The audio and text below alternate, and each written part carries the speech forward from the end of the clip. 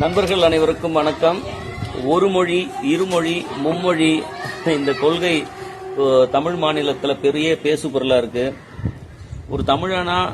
ஒரு தமிழரா இருந்து நீங்க என்ன எதிர்பார்க்கறீங்க? இருமொழி கொள்கையா மும்மொழி கொள்கையான்னு நீங்க தான் சொல்லணும்.